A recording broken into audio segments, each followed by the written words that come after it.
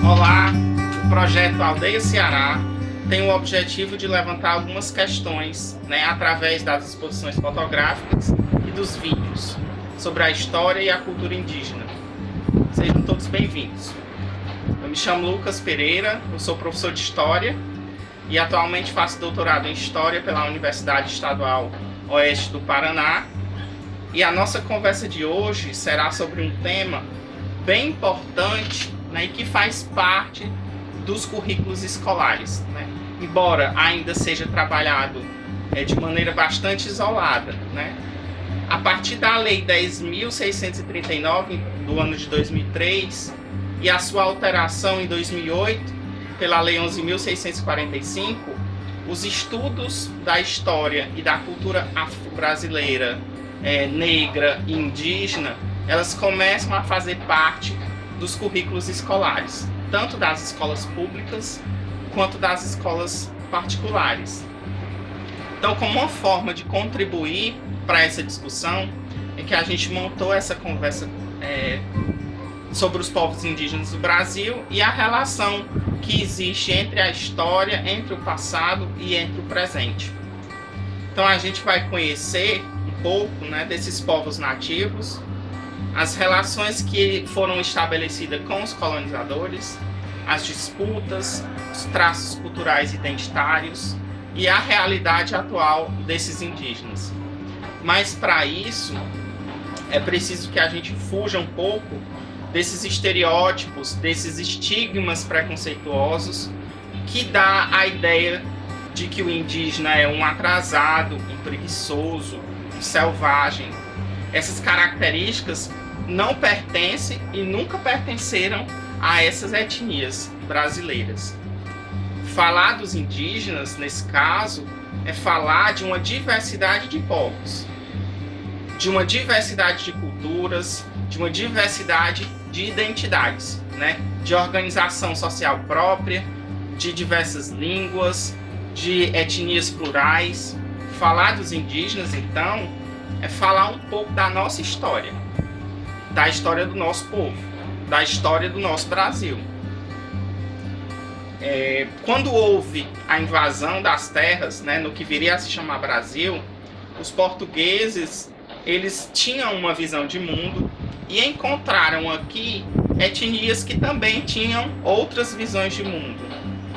Eles encontraram uma população de mais ou menos, aqui é um valor aproximado, de 5 milhões a 6 milhões de indígenas, que tinham a sua própria organização social, que tinham as suas manifestações culturais, a sua religiosidade.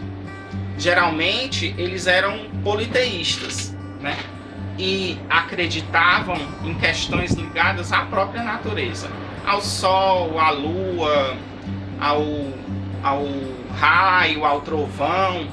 E hoje, os indígenas, existem apenas 800 a 900 mil indígenas. Há uma lacuna aí de 1.500 para 2021 que a gente precisa se questionar o porquê que isso aconteceu. Lá em 1500, inicialmente, ocorreu um contato de estranhamento entre os povos originários e os colonizadores.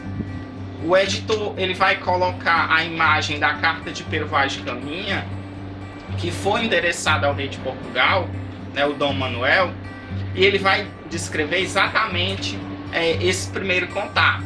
Ele narra o episódio do desembarque, dos portugueses na praia e o encontro dos indígenas com os colonizadores. E aí, nesse primeiro contato, você há um estranhamento muito presente. Há uma curiosidade dos objetos, por exemplo. um dos portugueses ele estava com um colar de ouro, né? E aí os indígenas, quando viram o colar de ouro, apontaram para o colar e apontaram para a terra, né? Como se quisesse dizer, aqui existe isso. E aí os portugueses eles começaram a mostrar outros objetos. Eles mostraram uma galinha, por exemplo, e aí os indígenas eles ficaram receosos, né? Por amor. Eles não conheciam, então não existia esse tipo de animal aqui. Eles mostraram um papagaio, que obviamente os portugueses eles devem ter recuperado aqui dentro do território, né, do Brasil, e os indígenas apontaram para a terra, como se quisesse dizer, aqui também existe isso. E aí os portugueses começaram a mostrar mais coisas. Mostraram objetos de prata e novamente os indígenas apontaram para a terra, mostrando que aqui também existia isso. Então esse primeiro contato, né, de estranhamento, de conhecimento, ele logo se transformou numa relação de dominação. O choque, né, entre essas duas realidades fez com que houvesse um extermínio de milhares dos povos originários, seja através da dominação, né, exercida pelos portugueses, seja através da escravização dos indígenas, seja através das doenças que foram trazidas pelos colonizadores, né? Os indígenas eles não tinham anticorpos para combater esse tipo de doença. Então muitos deles morreram de gripe, por exemplo. E aí se a gente for ver esse processo, ele não vai ocorrer só no Brasil. Se a gente pegar a realidade dos países aqui da América Latina e mesmo da América Central, você vê uma realidade que é muito próxima. Embora esses países tenham sido colonizados pelos espanhóis e não pelos portugueses, como aqui no Brasil, mas essa realidade ela passou a ser vista também nesse contexto. Então aqui no Brasil, os colonizadores portugueses, eles exploravam, né? Eles retiravam as riquezas, eles dominaram, eles escravizaram, eles dizimaram milhares de povos indígenas. Tudo isso para atender ao quê? Para atender à expansão comercial, né? A busca pelos produtos para comercializar com a Europa e a própria expansão territorial portuguesa. A história, enquanto disciplina, né, que vai se modificar, que modifica suas abordagens, suas metodologias, ela tem feito um movimento, né, de contestação sobre essa ideia de descobrimento, por exemplo, né? E isso tem feito cada vez mais parte da construção da história do Brasil. Todo o processo de colonização, né, e ocupação que vai ocorrer no Brasil, segundo alguns historiadores, ele vai se dar do litoral para o sertão. E tem a violência como um elemento constitutivo desse processo de ocupação. No Ceará, a ocupação, né, desses conquistadores, ele ocorreu de forma tardia, se a gente for comparar com o processo de conquista do litoral açucareiro. Essa faixa litorânea, né, no Nordeste, conhecida como Zona da Mata, ela teve uma conquista, né, um processo de conquista ainda no início do século XVI. Já na capitania do Ceará, que era subordinada a Pernambuco à época, esse processo ele vai ocorrer somente no final do século XVII. Então, assim, à medida que a economia e a produção açucareira ela avançava pelas terras do litoral, a pecuária, que era uma atividade acessória do cultivo da cana-de-açúcar, ela acaba sendo empurrada para o interior do estado. E isso vai fazer com que os povos indígenas que ali viviam fossem expulsos das suas terras, dos seus territórios. E aí esse conceito de território, ele precisa ser relativizado, porque os colonizadores entendiam o território de uma maneira e os indígenas entendiam o território de outra maneira. Para os colonizadores, o território ele é parte do meio de produção. Ou seja, eu utilizo a terra para plantar, para cultivar, para fazer matéria-prima, para vender, para obter lucro. Esse é o sentido dado ao território para os colonizadores. Já para os indígenas, não. O território ele assume uma dimensão muito mais simbólica, né? Através da qual eles se identificam como indígena, né? Faz parte da sua identidade. Esse modo de vida, né, que ficou em confronto, a gente precisa levantar pelo menos 3 questões. A primeira delas talvez seja a visão eurocêntrica que os colonizadores tiveram quando chegaram, né? Havia a afirmação, por exemplo, que os indígenas eles eram povos culturalmente inferiores. Havia uma negação da sua cultura e das suas religiosidades. Eles subjugavam o modo como eles lidavam com a terra, a sua língua, a sua vestimenta, a sua organização social na tribo. Então, essa questão da visão eurocêntrica dos colonizadores, a gente precisa ter um pouco de atenção sobre ela. A segunda imposição, né, talvez seja o modo de vida europeu que eles almejavam que os indígenas seguissem. E esse tipo de imposição vai levar ao extermínio de milhares de povos nativos. E aí em todas as Américas, né, da América do Norte, América Central e América do Sul. Eles eram tratados de certa maneira dentro de uma lógica mercantil, de utilidade mercantil. Então, Lucas, o que é que significa essa utilidade mercantil? É uma tentativa de inserir o trabalho indígena dentro desse meio de produção para produzir mercadoria, para obter lucro. Esse é o sentido da utilidade mercantil que os portugueses queriam que os índios fizessem. Só que a realidade e as experiências desses indígenas eram diferentes, né? Eles não se importavam com lucro, não fazia sentido para eles obter lucro, já que a terra ela é comunitária para todos da aldeia. E a terceira questão que eu gostaria de destacar aqui é o papel da Igreja Católica nesse processo de imposição de um ritual cristão para com os indígenas. A Igreja, nesse período, ela foi uma grande ferramenta do projeto colonial, né, no Brasil. O projeto colonial brasileiro ele deu certo também por conta da Igreja Católica, né? A gente pode lembrar, por exemplo, dos jesuítas e as suas evangelizações, né, que acabavam desempenhando o quê? Um papel pedagógico de impor aos indígenas o modo de vida europeu.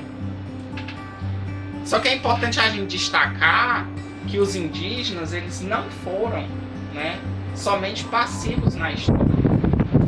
Eles resistiram da maneira que eles conseguiam resistir. E aí, Lucas, então, quais foram essas resistências? Né? De que maneira eles resistiram aos colonizadores, aos conquistadores? E aí tem um historiador chamado Ronaldo Weinfels, né, que ele escreve o livro A Heresia do Índio, Catolicismo e Rebeldia no Brasil, e ele vai destacar exatamente que a resistência indígena ele se dava pelas fugas, né, nos aldeamentos missionários que os jesuítas eles montavam, né, para poder catequizar esses índios, e no uso da violência aos ataques contra os conquistadores. Se a gente for ver aqui no Ceará, a Confederação dos Cariris, por exemplo, ele foi um movimento de resistência indígena, né, dos Cariris, contra essa dominação portuguesa. E ela vai ocorrer aí por volta de 1683, 1713. E aí vai envolver algumas etnias do Ceará, mas também algumas tribos de Pernambuco, do Rio Grande do Norte, da Paraíba.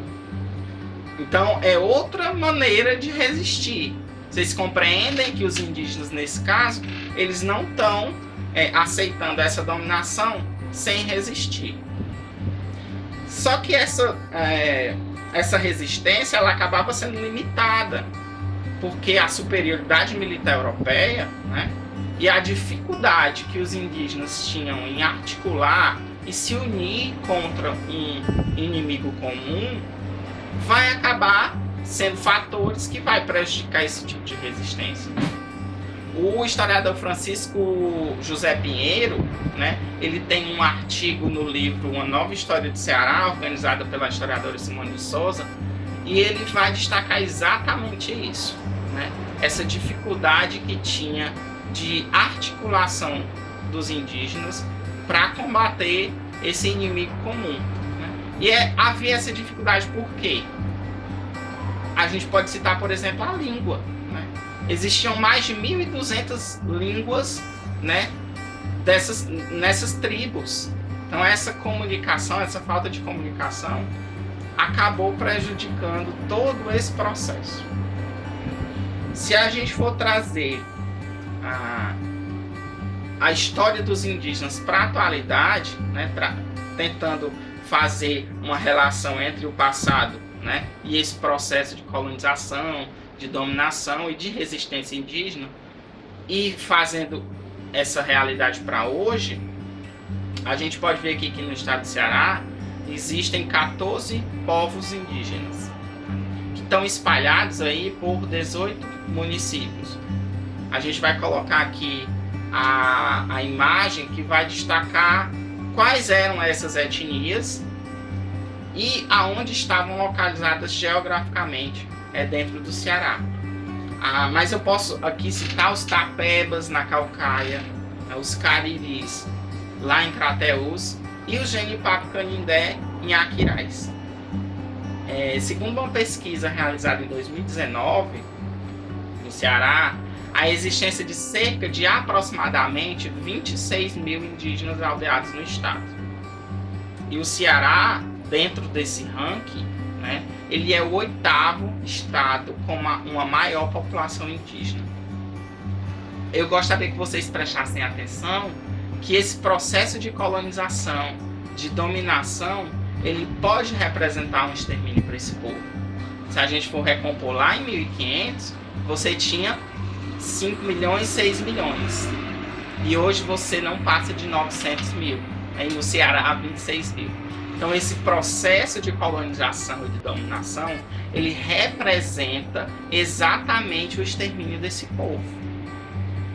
Ainda sobre os Genipapos-Canindé, né, lá em Aquiraz, uma curiosidade que eu posso trazer para vocês é a própria liderança feminina, né, dentro da aldeia. A cacique pequena, né, que é a líder, ela é a primeira mulher cacique de um grupo indígena do Brasil. É nela que você tem a figura de uma líder que se organiza politicamente, organiza a sua tribo em torno da demarcação das terras e do acesso aos outros direitos básicos, né, como saúde, como educação. Então a figura feminina, nesse caso, ela é a líder desse processo.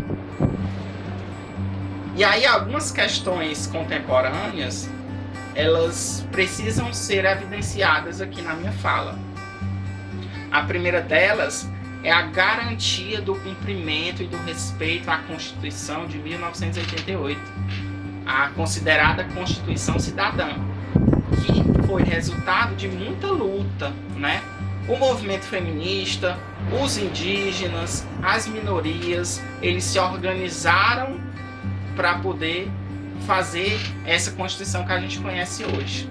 E tá lá, tá na Constituição, a garantia da preservação da cultura, dos costumes, das línguas, das crenças, das tradições e da sobrevivência desses povos indígenas.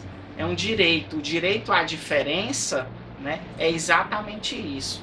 Então é preciso que a gente garanta o que está na nossa Constituição. A segunda característica contemporânea talvez seja o próprio direito de educação e a possibilidade dos usos das línguas maternas dentro da escola e desse processo que tem que ser próprio de aprendizagem. Ou seja, a escola ela tem que atender às demandas da realidade dos indígenas. Essa demanda cultural, essa demanda social dos povos indígenas, elas precisam ser contempladas dentro da escola. Não só ensinando disciplinas que a gente ensina na educação comum, na educação básica, né? Mas compreender que a existência dos traços culturais, dos traços sociais, eles precisam fazer parte desse programa da escola. E, por fim, talvez o ponto mais polêmico dentro de toda a minha fala é a demarcação das terras indígenas.